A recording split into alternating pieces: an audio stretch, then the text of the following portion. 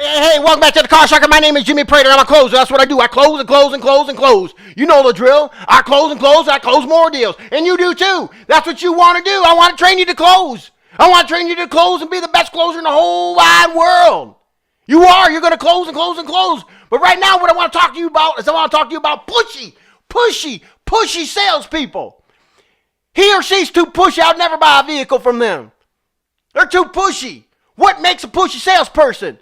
A pushy salesperson is someone who asks too many yes questions. Limit your yes questions 1 an hour. That's it. You got to limit your yes questions 1 an hour. Don't be a pushy salesperson. A pushy salesperson doesn't know their product. A pushy salesperson doesn't know how to ask for the sale. You ask that question, that one question an hour when you ask for the sale. You don't ask the questions several in an hour. You just don't do that. If you're doing a test drive and say, wow, this is a really nice car, isn't it? Of course it's a really nice car. It's brand new. Or it's a pre-owned. It's better than the one they have. Pushy salespeople ask too many questions. Pushy salespeople don't have a structure to follow. And if they do, they're not following it. A pushy salesperson doesn't give compliments. They don't listen. That's what a pushy salesperson is.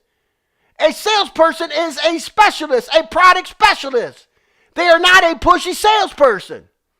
Let's talk about the pushy closer of the figures. Because the salesperson we know is the closer of the product. Now the closer of the figures, the floor manager, the closer, that's what you got to close the figures.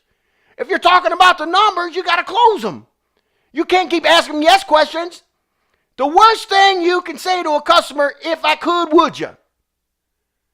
If I could, would you? That's too many yes questions. If I could get your payment down to $99 a month, would you own it? Of course they would. But if you had a structure, you would be golden. You need a structure closed. Closures of figures, you need a structure closed. Don't be that pushy closer.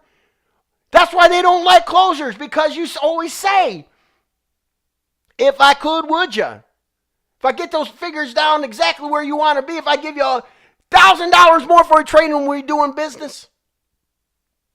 Or worse, do we have a deal? Because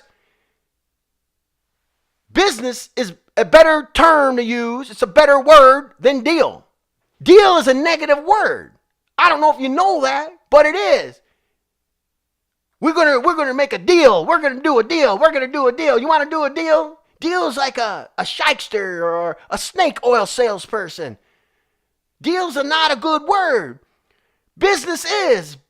They have universities that teach business. They don't have universities that teach deal. Studying business is business. Get down to business. Be careful your terminology.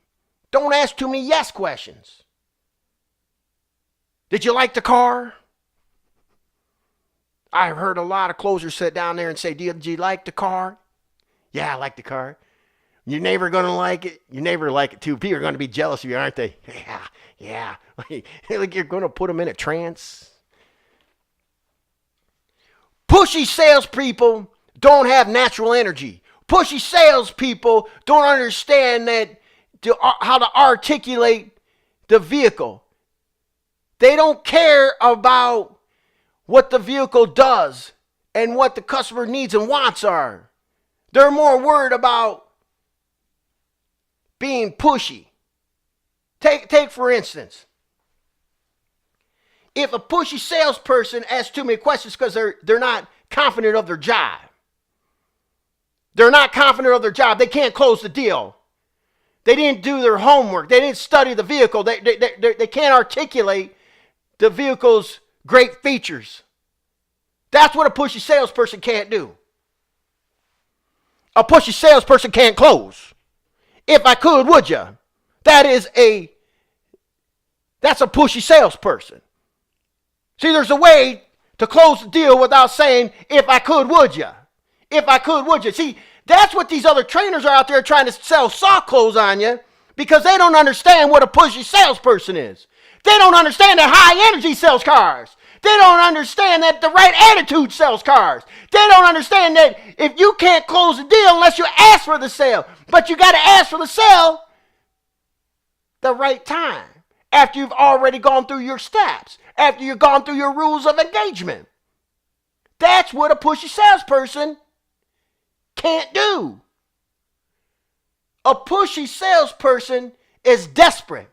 You don't want to sound desperate. Customers can read you if you're desperate. They won't buy from a desperate person. They don't like desperate people.